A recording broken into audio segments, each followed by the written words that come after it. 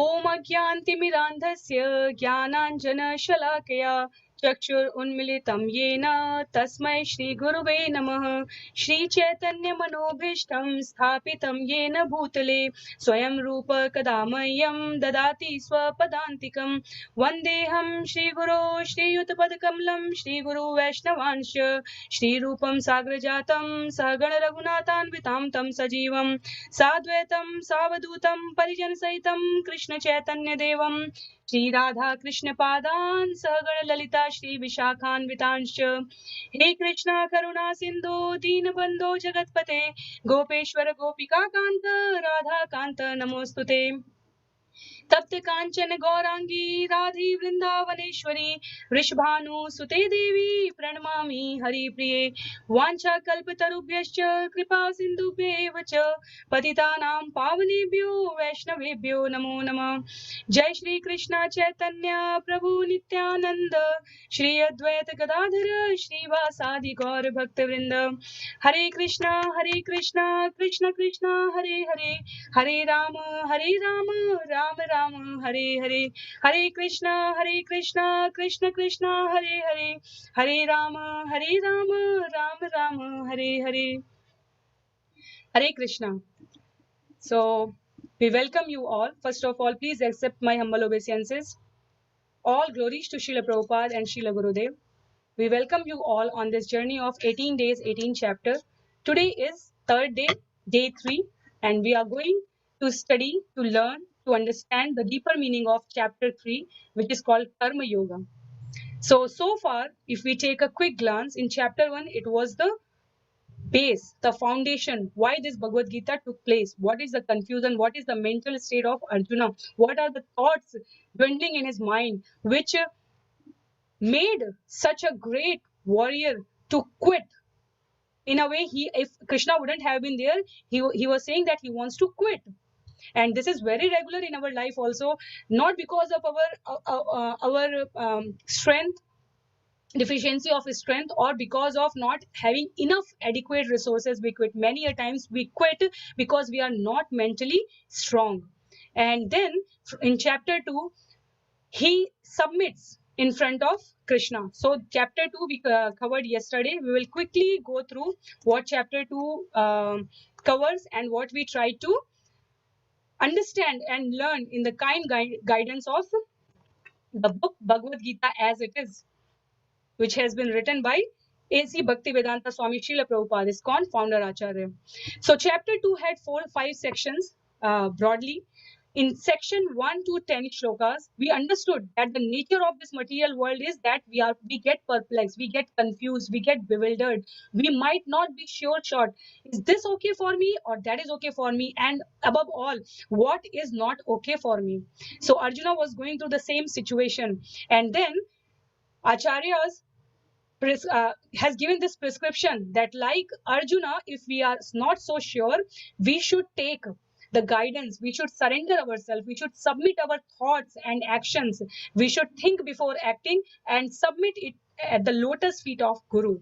That Guru has to be the authoritative representative. It has to come through the disciplic succession. It is not like someone just having the orange color, long beard, or different colors of chandan on their forehead and say, oh, I am Guru, worship me.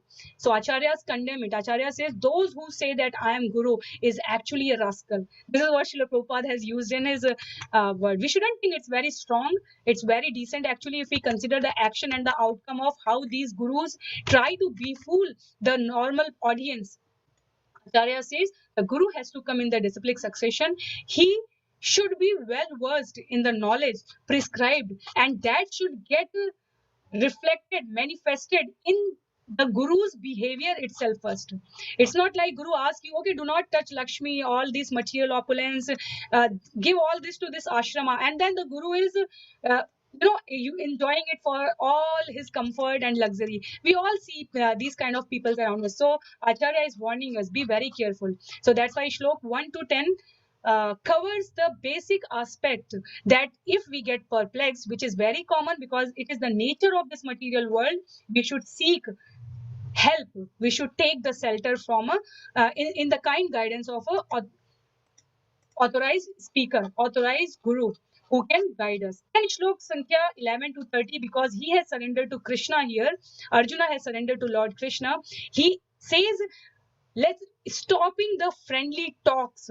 I surrender unto you and I accept you as my guru. So the moment guru is position is given to Krishna, Krishna says, I reciprocate the way my devotees wants me to. If they want me to be a child, innocent child, I become that. Like he became for Kaushalya, Devaki.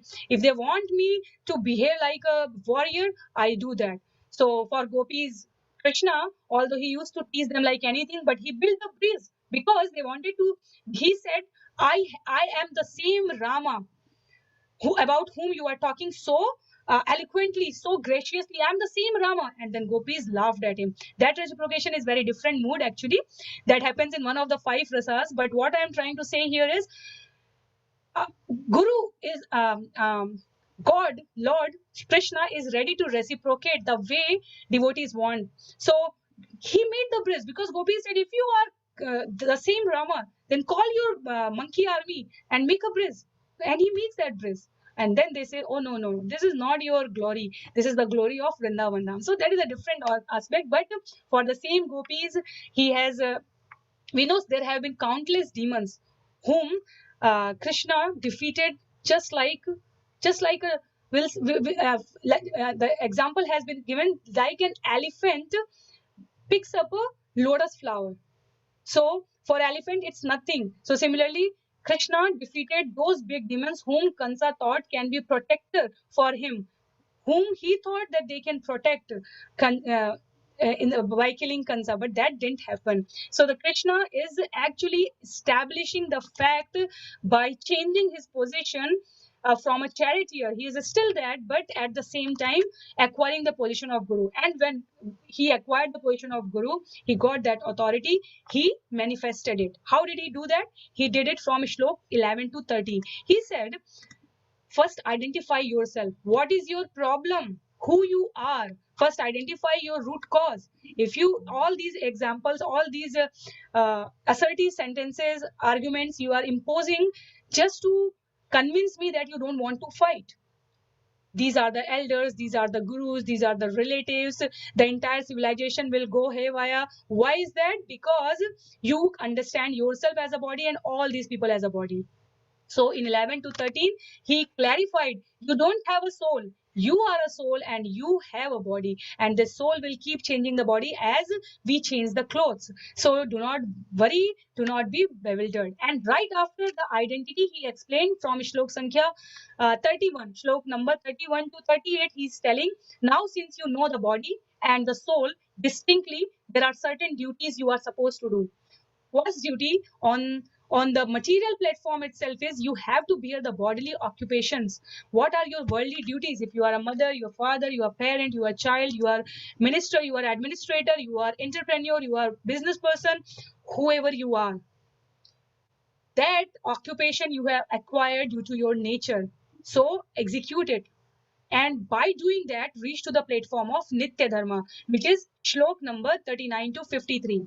Do those karma and dovetail all of it, the resultant, at my lotus feet. Why Krishna is saying that? He has said, narrated 47th shlok of chapter 2, which is Karmanyavadikaraste. We all know it, but he is giving the meaning. Why I ask you not to take the result of that action is you will be circumambulating this soul which you have right now in your body into the birth, death, old age, disease, this cycle of birth and death basically. So Krishna is warning Arjuna. Through Arjuna, he is warning all of us. So when all this knowledge is manifested, Arjuna, in our mental state, like we all are very, very, we all carry the controller mentality. Even a child carry the controller mentality. If he or she is carrying a toy or any useful thing, maybe they might not know the worth of that substance, that thing which they have in their hand. But if you try to pull it, they will try to hold it. It might not be useful to them, but still they will do that.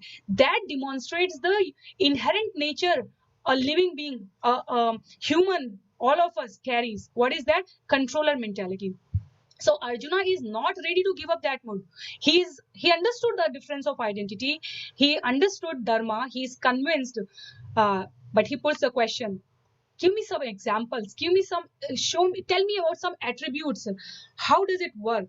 What are the qualities which a person who have assimilated all this knowledge brings out in his or her practical behavior? So that person, that personality is called Atmaram. So shlok number 54 to 72, Krishna explains that how like a tortoise, his or her actions are very focused, all are unidirectional, to please me, to serve me, and that person is neither elated nor, no, it's not like he's not doing anything, it's just that he's not attaching himself with the result of any of those actions. So he explains that how the personality who understands the shloka from 1 to 53 from chapter 2 becomes equipoised, whether it is grief or it is happiness, whether it is popularity or it is infamy, they remain equipoised.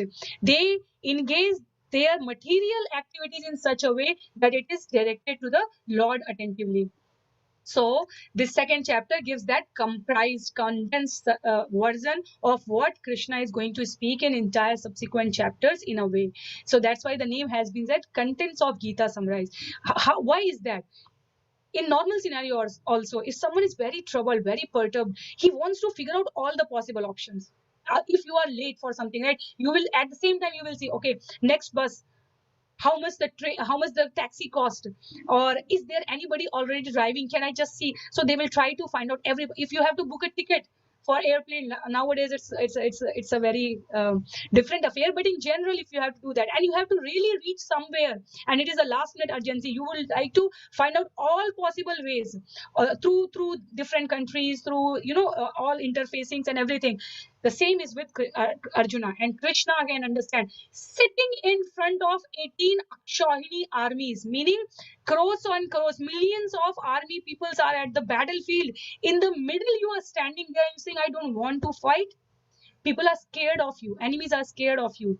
They consider yourself as a hindrance in between the success, in their success, and between their failure. And you are with the mindset you have lost the battle even before you started it. This is what happens with a lot of us in our daily life also. For many projects, for many assignments, for many tasks, we just become so fearful to start that it never happens. And then we think, if we see someone else doing, we may figure it, we may wondering, why didn't I figure it out? It was just maybe a little bit lengthy, little bit hardworking, whatever it was, I should have at least given a try. So to get out Arjuna, bring him out from that mental state, Krishna said every possible thing in chapter 2. But Arjuna is still having that controller propensity, right? Because he is representing all of us. He comes in chapter 3 now, where Krishna is going to say about Karma Yoga. What does he say? So before going to the chapter 3, which is Karma Yoga, the yoga of action, we will just take a quick look how in brief we can understand the different sections where we have clubbed the shlokas. From shlok 1 to 2, it is renunciation or action. So Arjuna will pose queries in front of Krishna in two shlokas. Then from shlok 3 to 9, Arjuna will be pacified by Krishna. Krishna will explain in great detail that how only renunciation will not work for you. How you need to attain the renunciation through action, which is called Nishkam Karma Yoga, better than Jnana. Just by knowing it, you cannot do it. You know that if I, these are the number of books, if I read it, if I give this exam, if I study certain number of hours, I can qualify this exam. This is the theoretical interpretation, right? Now the first thing is, do you have the book? Second thing is, are you giving up the number of hours as much as it is needed? The third thing is, have you registered for that thing for whichever you are going to appear? Fourth of it, are you present at that moment on that venue where you are supposed to be? Have you logged in if you are online? So these kind of things. So Krishna is trying to tell, just by saying I will not do it, it is an ornament for one who is capable of getting it. But before that, get it and then say I renounce it. So this is what Krishna will give the intellect in these shloka, which is very, very crucial and very, very, I will say, the directional in this whole journey to reach back to Godhead.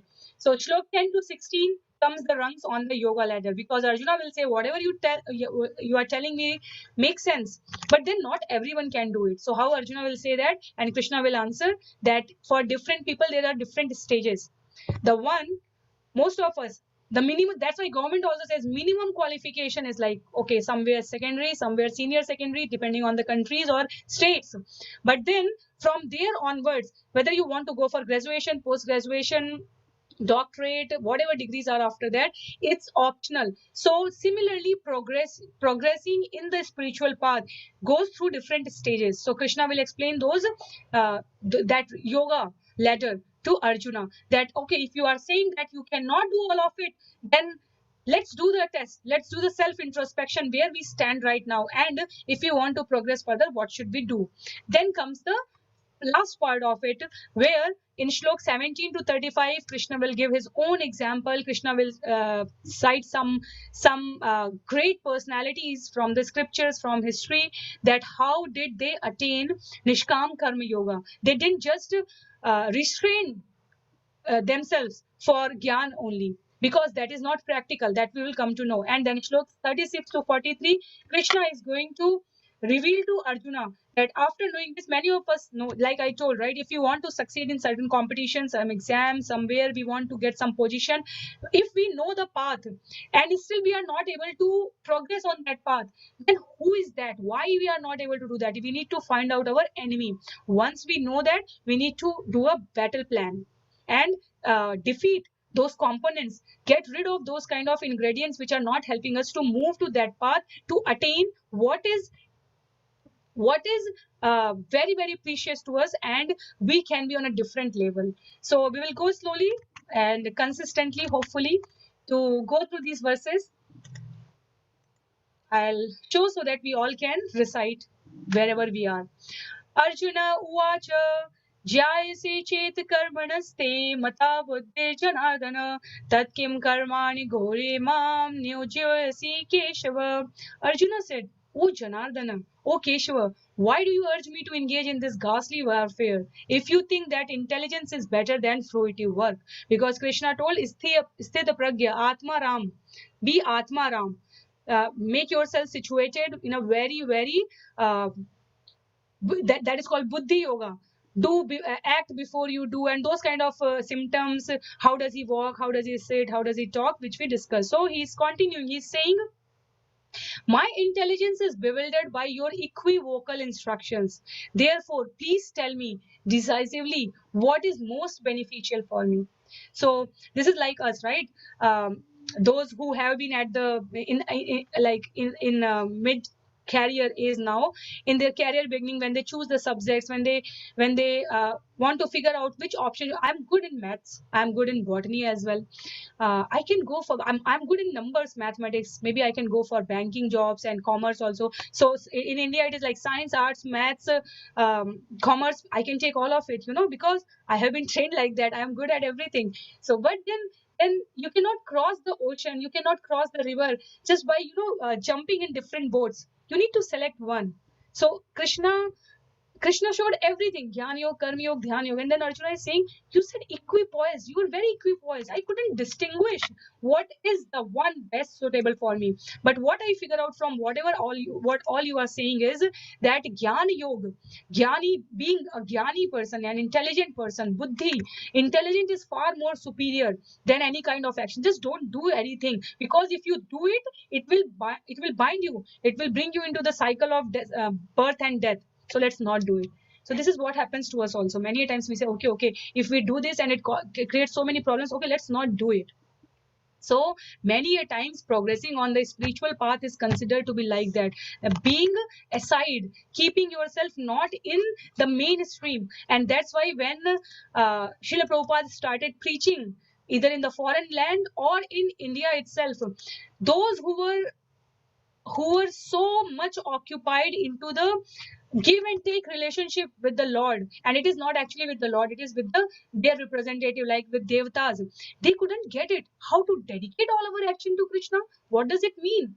I mean, what we hear around is, okay, if we want success in something, we will go and pray to Ganesh ji, or if you want a good wife or husband, we will pray to Mahadev. He is so Karunavatar. He is so magnificently, we will say, kind to every living being.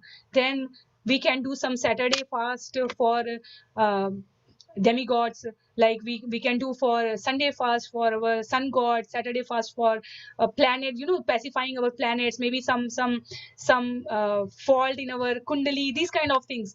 So we become so used to over the time and generation that we don't come across this thought that what all it will bring. It is not bad. What we are trying to say, what Krishna is trying to make Arjuna understand is, it has to be governed with the fact of the consideration why we are doing it. If the objective is just to remain fulfilled in this material world, then it is not a very wise act. It is not supposed to give you the ultimate destination. So when Arjuna said this question, Krishna continued from Shlok 3 to 9. What does Krishna say? Let's see through shlokas here. Just one second. Arjuna, to reply Arjuna, Krishna started saying, Shri Bhagavan Uvacha Lokesmin Dvividha Nishtha Pura Prokta Maya Naga Jnana Yogena Sankyama Nam Karma Yogena Yoginam. Blessed Lord said, O sinless Arjuna, I have already explained that there are two classes of men who realize the self. Some are inclined to understand him by empirical philosophical speculation, and others are inclined to know him by devotional work. So it is true, Lord is saying it is true that you can achieve me either to the dry speculation, and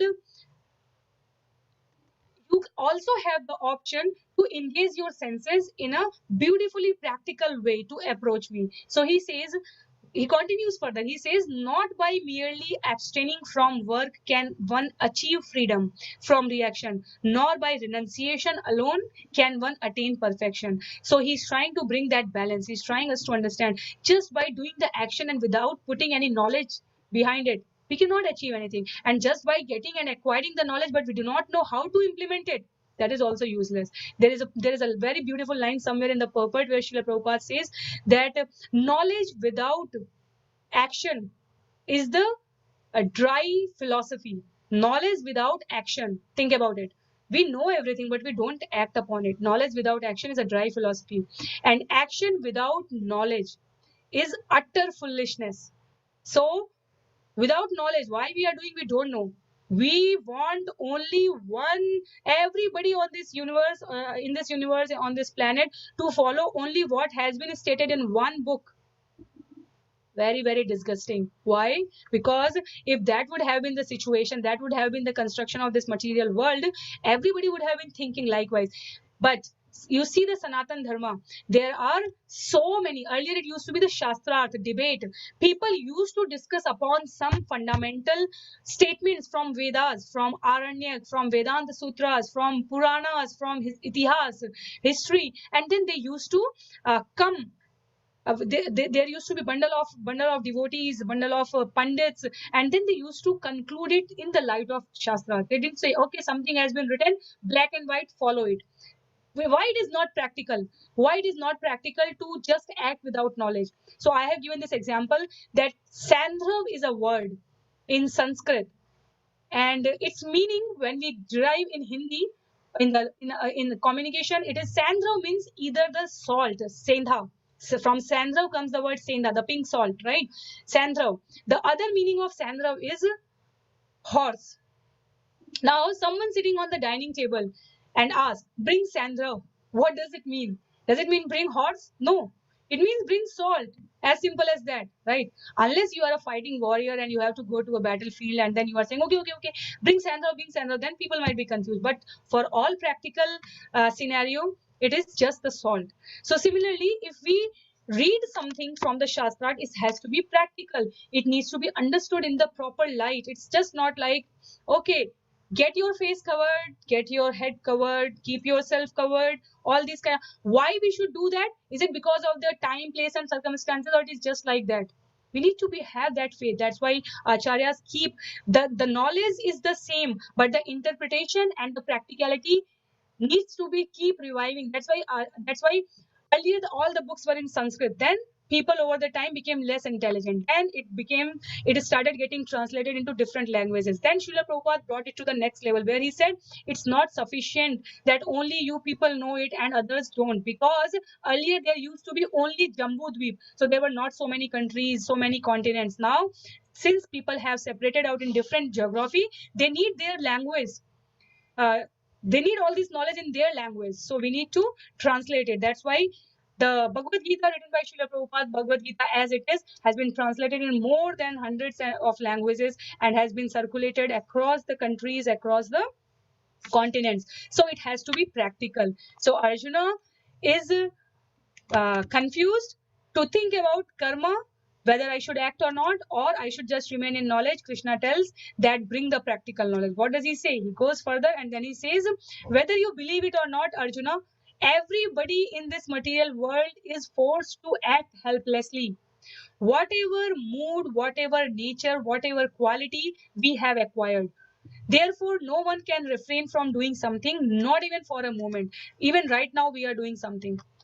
I'm speaking, those who are listening are actually engaging his oral senses, but still our mind is thinking. At least I am thinking, I'm constantly thinking. While speaking, I have to think whether I have to go to the slide, whether I have to the notes, whether I have to stop sharing. That is happening at the same time. So senses are always engaged. Even a small child who cannot speak, who cannot express, if he can hold the substance, he will hold it. He or she will hold it, and he doesn't know, she doesn't know why. The child doesn't know why I'm holding it, but he wants to hold. So the action you will keep doing. So better is to put your action with some thought. So whether you want or not, even for your survival, for your existence, for the maintenance of this body, we will be working. Only a dead man or a madman doesn't know what to do, how to do. So it goes on, and then Krishna tells Arjuna that if you try to forcefully say, I don't want to eat it, if you have some kind of sickness where sugar is not good for you, and then you are not convinced yourself, but you keep telling people around you, okay, don't cook anything in the kitchen, right? Anything sweet, don't show me anything sweet. But then all this is external. The moment you have the urge to consume that sweet sugar, uh, you will look out, you will try to find out the opportunity. When no one is looking at me, I'll just go and get something. So that's why Krishna says, if you try to restrain not doing something artificially, definitely you will be called a pretender, and it won't last long. So why Krishna is telling Arjuna that is very, very practical. Arjuna, over the births, over the time he has spent in this body, he has done all his efforts to acquire the warrior qualities, different kind of weapons, divine astras he had, right? To do what? To protect dharma, because he had shastra and shastra both in place. So through the shastras, he was well aware how to use shastra for the protection of dharma, to take care of those who are less privileged. Then if he says now that I want to do tyag, renunciation, and go to the forest, what will happen? These people, if not happy, the normal common people not happy today and comes tomorrow and say, please protect us, he cannot say, I will not protect you. He cannot, he just cannot, because this is not his nature. Krishna knows it, and that's what he will explain later, that do what your prescribed duty is, and your prescribed duty comes according to your nature.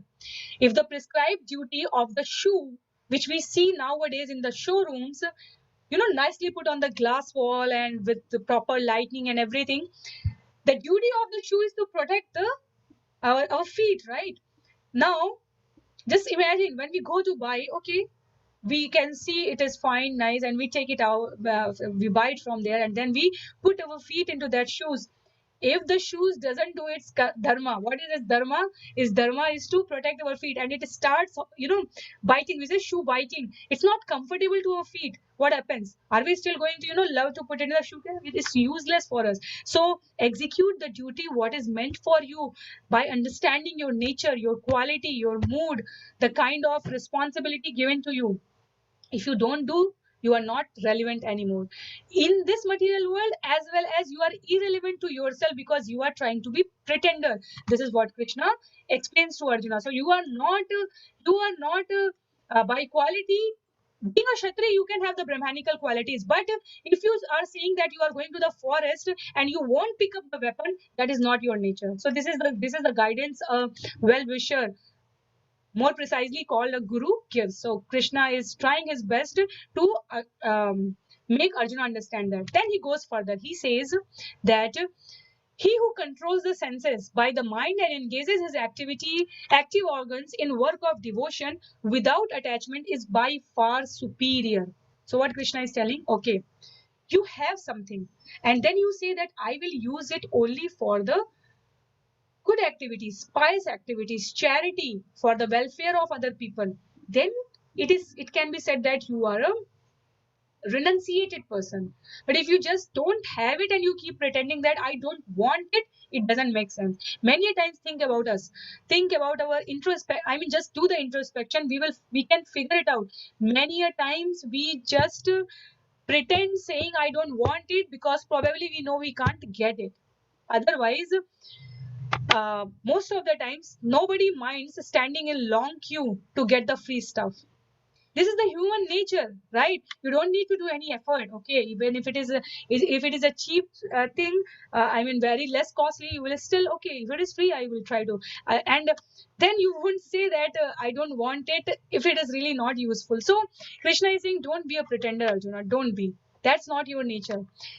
Like a child says that I want to be driver, I want to be a fire person, because this is how they are given those rhymes in their early age, to be familiar that these are all kind of occupational duties you can do. Then the child comes and says, I'm very confused, I don't know what should I become. I want to be a driver also, I want to be astronaut, I want to fly the aeroplane, I want to be in army as well. At the same time I want to be a mother father like you, and then have the nice children. So everything, this is what Krishna is saying. Equipoise, Krishna told everything, and then Arjuna said, I don't know which one to choose.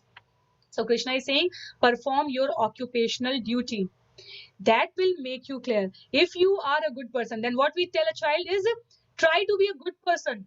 And when you grow up, you can figure out easily what is suitable for you. This is what we tell, right? He said, I want to be this, I want to do this. And then it is told, try to be a good person, because that is the essence. So Krishna is saying, try to do perform your duties and dedicate to me. Slowly over the time, you will come to know that what is meant for you.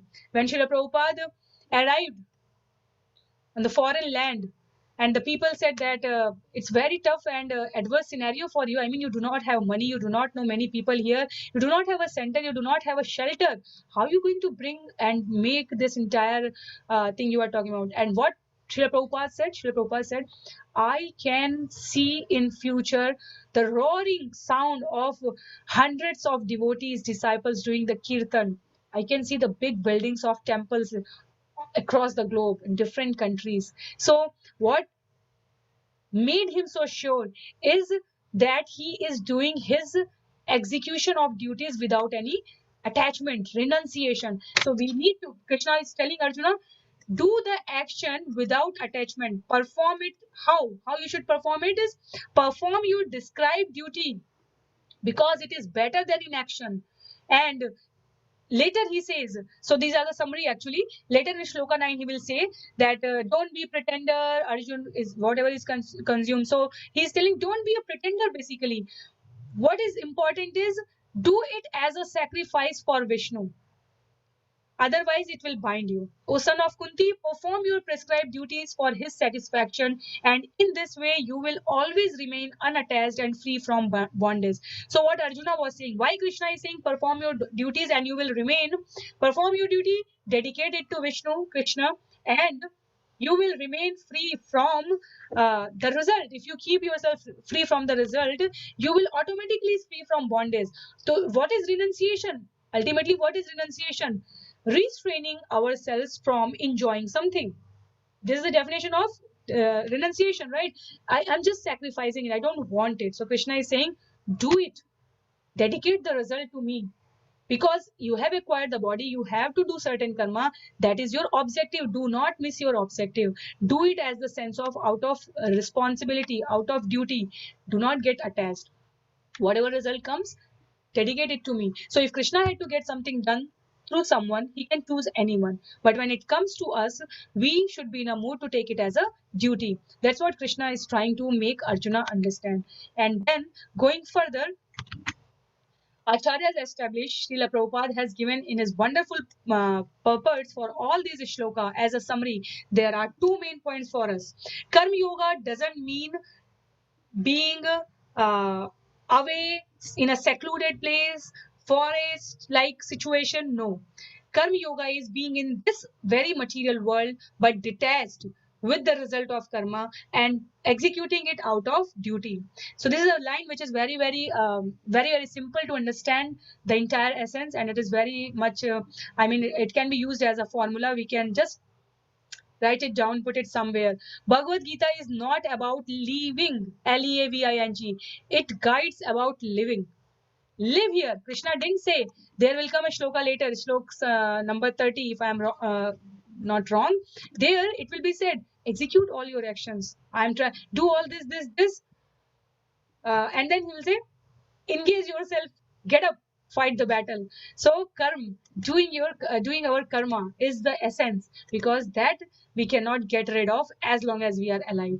Then Arjuna asked very genuine question, like all of us. He's saying, what if everyone doesn't understand it, Krishna? What you are talking about is very high level, at least for me as of now, because you are asking me to do karma and not to get attached to it. So how does it work? I mean, not everyone can accept it. So Krishna says, not everyone is PhD, not everyone is postdoctorate, right? But at least there is a minimum qualification everyone has to achieve. And then depending on the interest, how much you want to go into this direction is will determine your stage. So like we progress in the material world based upon our interest, the spiritual progression is also like that. We, by identifying our mood, our nature, should try to transcend one stage after the other on this yoga ladder. Why should we try that is itself very important. We have said this point, but we will repeat it here again. The most intelligent person in the material context is who? The one who earns today and just spend everything? Do we call them intelligent? No. Whom we call intelligent is the one who knows that a part of it should be kept for the future. That is called investment. When we retire, when we are helpless, when children need it, a part of our regular earning should be kept as an investment, right? So Srila Prabhupada says, Krishna is trying to make Arjuna understand that the material intelligence is understand by the fact that how much a person is willingly ready to invest in future, right? Krishna says, then there is life after life. So Srila Prabhupada explains the same fact in the spiritual sense, that the most intelligent person in the spiritual sense is the one who understands how to invest time, which is the most precious thing, because all of us are going to die one day.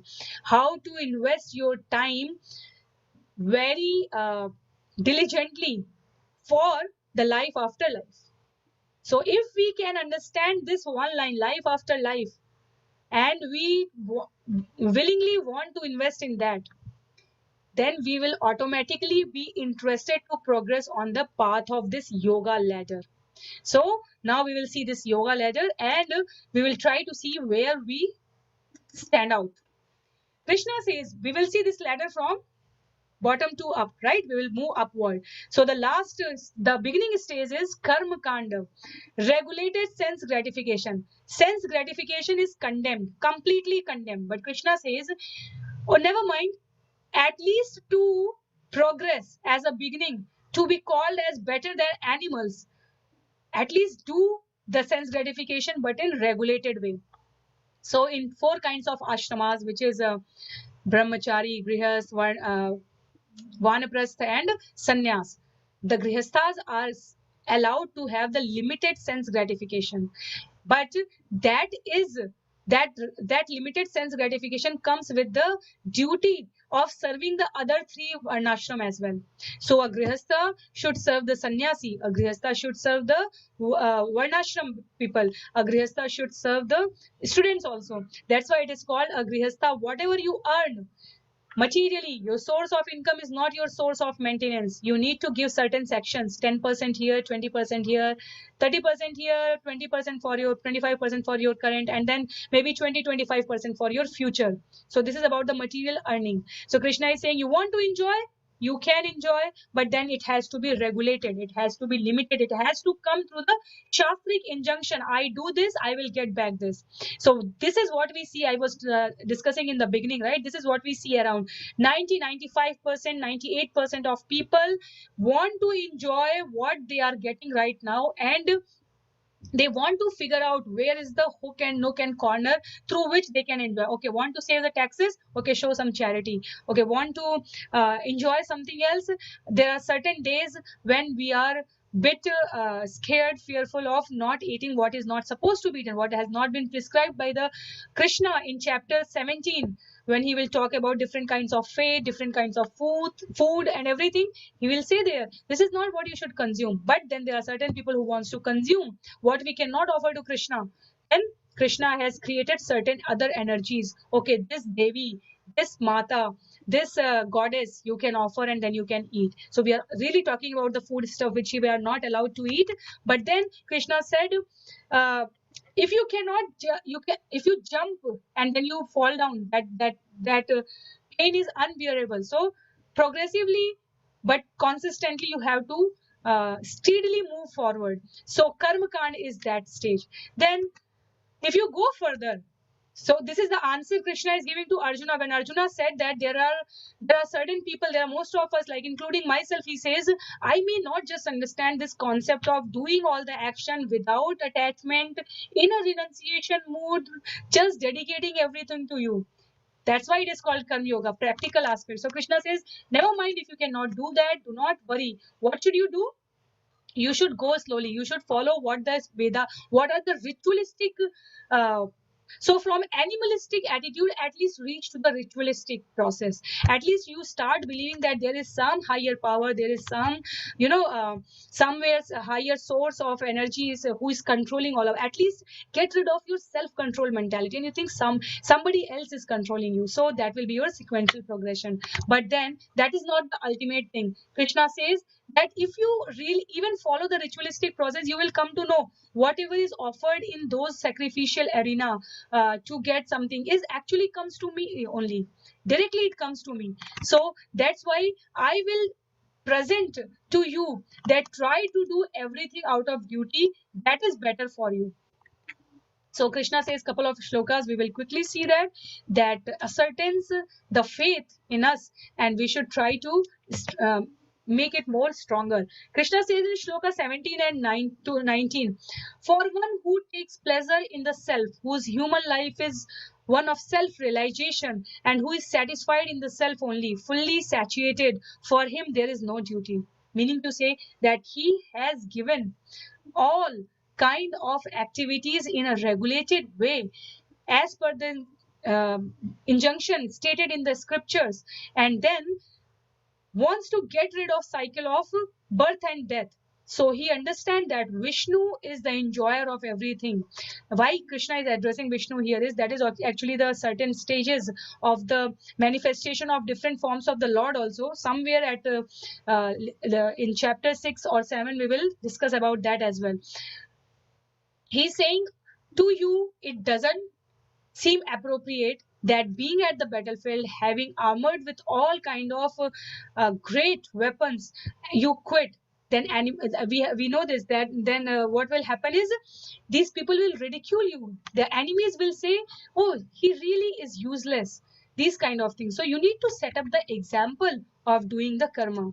Why? He's saying in Shlok 21, Yad yad acharati shreshthas tattad devetaro jana sa yad pramanam kurute lokastat anuvartate. Whatever action a great man performs, common men follow. And whatever standards he set by exemplary acts, all the world pursue. So we can see again the smiling, the victorious position of our Acharya Srila Prabhupada. He has just guided anyone and everyone to get the highest destination, to follow progressively on this path. So those hippies who didn't know the objective of their life in USA at that point of time have been named as happies later. They became so attached, so enlightened by this Bhagavad Gita theory that they said, this is it. This is what we had been looking for. Why we should do, what we should do, how we should do, what outcome we will obtain, for whom it should be done. All these questions are very clear. So this Karma Yoga brings us to the platform where we can understand what we are meant for, how we should live the life. But as Krishna said here, yad yad acharati shrestha, the great personalities, people quote their examples. He did that.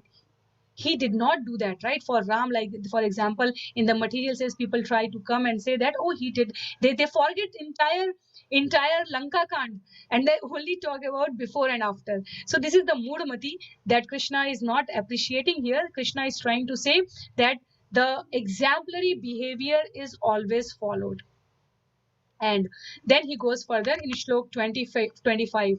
So where he is again emphasizing the fact, as the ignorant performs their duties with attachment to results. So those who do not know this cycle of birth, death, and they do not give much consideration, and they are very fruitive, result oriented people. They want the result of their action to be enjoyed by themselves. Likewise, the learned man also acts physically, materially outwards in a similar way, but without attachment, for the sake of leading people on the right path. Where is the example? There are countless examples in the Shastras. Srimad Bhagvada Mahapuran starts with thousands and thousands of rishis doing the sacrifice for 1000 years. It was a very long range yajna, where the entire Bhagavatam has been spoken by Suta Goswami. The place named Naimisharanya, which is still there in India, it is considered to be a very pious place. Brahma has said, it is said that Brahma has fixed the central point of this entire universe at Naimisharanya.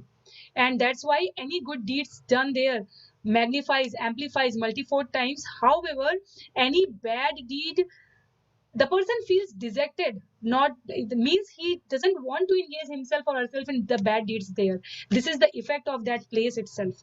So what these rishis were doing there, they were trying to bring the paramartha, the welfare of the humanity overall, because the Kali Yuga was just approaching, and as per the Shastras, they were aware that the people in Kali Yuga are having the limited senses, limited vision, cheating propensity, lot of deficiencies. So how to get them back to the path of devotional service? They were praying for that. Like we nowadays, what has happened is, if somebody has some dosha, some truti, some vikriti, some deficiency in their kundali, they will pay some money to some pandita, some ritualistic acharya, and then will say, okay, you chant for me. So Krishna says, I also give the result likewise. So for a devotee, their entire single-handedly orientation, alignment is to please the Lord. Because if a body is not well, we have a fever, the body parts are burning, we have a fever.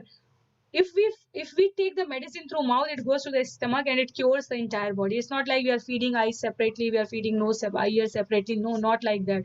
Similarly is the position of a devotee, the one who knows the welfare, how the welfare of people elevate their own progression, and they are very aware how to think selflessly, how to dedicate everything for the Lord in general. They say, Krishna is saying, they do not disrupt their mind. So unlike ignorant people get disrupted very easily. Why? Due to their attachment to the fruitive results. If something we want doesn't happen according to our demand, our desire, our action, outcome, what we do? We have ordered something online, and then we do not see the physical thing as per the picture. We feel very dejected. Yes or no? We all feel that, right? Then we go and complain. So if we really want to enjoy the result of our action, and then our action is controlled by certain other modes, which is the nature of this material world, then the outcome may not always come in favor of what we wanted. Then what will happen? We will feel dejected. That's why Krishna is saying that if you want to enjoy the resultant, you will go through all these things. Then don't come and blame me why I did not give you what you desired. Because you want to enjoy, then the rule of enjoyment is it will be going through the process, the stages, the software coding done for this material world. So if there is sukha, there will be dukkha. All these duality of life will manifest. Rather, by working in the spirit of devotion, one should engage all sorts of activities for the gradual development of Krishna consciousness. Then Krishna goes on in Shlok 27, 28, 35, and the outcome comes in the Shlok 30, which is called the purpose of Bhagavad Gita, the entire conversation which is happening. What is Krishna saying here to Arjuna is Mai sarvani karmani sannyasa adhyatmana chetsa nirashira nirmamo bhutva yudhayasva vigata jwara. Therefore, O Arjuna, surrendering all your works unto me with full knowledge of me, without desire for profit, with no claims to proprietorship. So when we don't read the last line of this shloka, everything looks like, oh, he's asking to get detached. Full knowledge of me, without desires for profit, with no claims to proprietorship, and free from lethargy. What is the last term? The last term says fight, go and do karma. Do your karma, because if you don't do this, what will you do? Yudhishthira asked for, even before the war and all this setting has been established, he asked, we just want 5 village. We are 5 brothers. Our occupational duty, our quality is Kshatriya. We will just be living there. We don't want anything more. But Duryodhana was not ready to give that also. He had so much controllership mentality that he didn't give that. And Yudhishthira is trying to do the occupational duty. That's why Dharma stands on the Pandava side. Krishna stands to Pandava side. So purpose of Bhagavad Gita is be aware of your work that you have to dedicate. Get the knowledge of doing that work. Do not expect the result back. Do not claim that this has been done by me. If you claim for good, be ready to get the claim, ascertain your claim for the bad one also. And do not be get overpowered by lethargy. By putting all these things in place, what you are supposed to do? Fight. Fight, Arjuna. This is what Krishna says in 2.30. That's what I mentioned, that Krishna will tell Arjuna to do his prescribed duty. But then Arjuna comes. He is saying, whatever you said, Krishna, I agree. You are right. I agree. If I won't be doing my occupational duties like Swadharma and then dovetailing it to the Nitya Dharma, probably you are right. I will get misguided in life. Now I'm wondering, why didn't this knowledge, this thought, these kind of words, which make so much practical sense, didn't spark in my mind earlier? What is it which was hindering? So this is what Krishna is trying to tell all of us is, many a times we know that if we do certain things, we will get certain results. But then we do not do it. And then we keep wondering why we didn't do it. For example, we all know how to be there are countless videos, how to be rich, how to be successful. And there are countless trainings and seminars going on. But do we become that just by watching? No. That's why the entire Krishna consciousness movement Srila Prabhupada has established on the fact of executing the services. If you have acquired the knowledge of devotional service, get it by rendering services to the Lord. So else, otherwise, here in mind you will have everything, but nothing will manifest. People won't see you as a devotee because you don't show the any characteristic or any behavior. You have read, right? Krodha parama shatru. Anger is your deadly enemy, right? But what do? You still get angry. Unless and until you do not know how to control your anger, unless and until you do not know how to act to become successful, how to act to get rid of 4 kind of dukkhas, 4 kind of misery. What is that? Birth, death, old age, and disease. If you do not act what you know through the process of how to do it, then everything is useless. So that's why Mai Sarvani Karmani, dedicate it to me, do it. But then Arjuna asked, I don't know why I couldn't remember all this, or why in general people cannot remember. So Shri Bhagavan Vacha Kamaisha Krodha Esha Rajo Guna Samudbhava Mahasano Mahapapam Vidya Enam Ihu Varinam. Lord is answering what Arjuna inquired. It is lust only, Arjuna, which is born of contact with the material mode of passion and later transformed into wrath, and which is the all devouring sinful enemy of this world. So when we hear the word lust, it makes us very confused. Lust is not only about enjoying sensual pleasure. Lust is also whatever we desire. And where is the lust situated? Where is all our desire is situated? Krishna says in Shloka 40, if you all can pay attention to what is being displayed here, Shloka 40 says, the senses, the mind, and the intelligence are the sitting places of this lust. Through them, lust covers the real knowledge of the living entity and bewilders him. So, what happens? See, how do we desire? We see something through eyes, through our senses. We think something through our mind. So mind is there, senses are there, and then intelligence. We contemplate upon it. There is a very nice story in very brief 1 minute. We will quickly go through it. It's a very common story actually. Most of us are aware of it.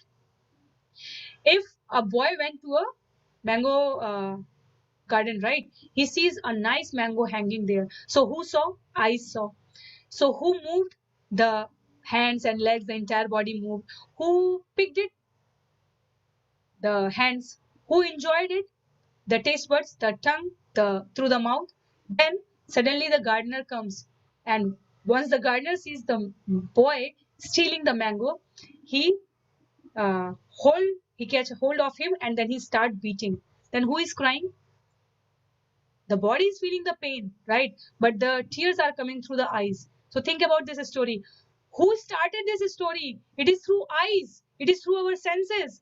If he wouldn't have seen it, he wouldn't have engaged his senses. He wouldn't have used the intelligence to go and pick it up and then, without getting the authoritative permission, enjoy it yourself. He would have just asked the gardener. He would have taken that permission, have used the intelligence in the right way. He would not have been suffering. I saw first time, and the tears came are coming right now from the eyes itself. So this is the position of this material world. When we desire through our mind, senses, and intelligence and try to enjoy ourselves, we do suffer. This is the law of karma. This is the law of this material world. And Krishna is warning Arjuna by reflecting these points so clearly. He is saying in 41, therefore, O Arjuna, best of the Bharatas, in the very beginning, curb this great symbol of lust by regulating the senses and slay this destroyer of knowledge and self-realization. This has been spoken in Shloka 41. What Krishna is saying to Arjuna is very, very relevant to all of us. Be very careful what we want, what we desire, why we desire.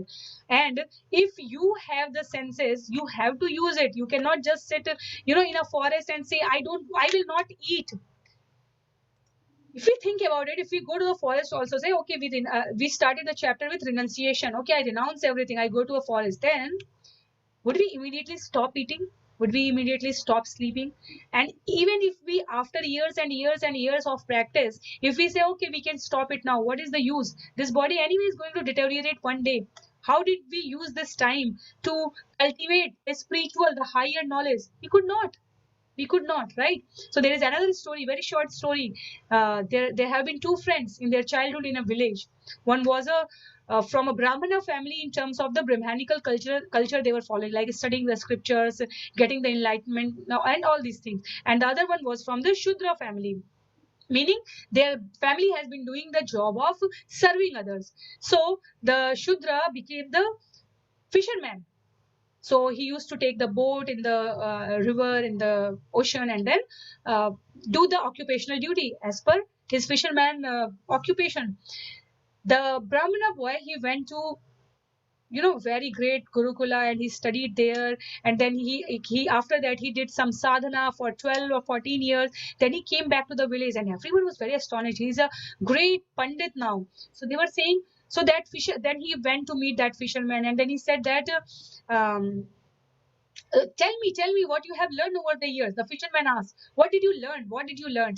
Then he said, I can walk. So he said, what you are doing right now? He said, I'm a fisherman. I take people, I help them to cross the river. I earn my livelihood through catching fishing, and all this he tells. So the Brahmana boy laughs, and he says, you know what?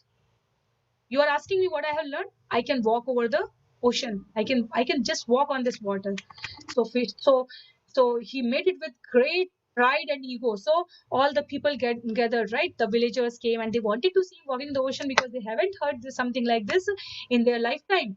So at the scheduled time, the boy, the Brahmana boy, the one who has learned everything according to his Riddhi Siddhi, we can say, he started walking.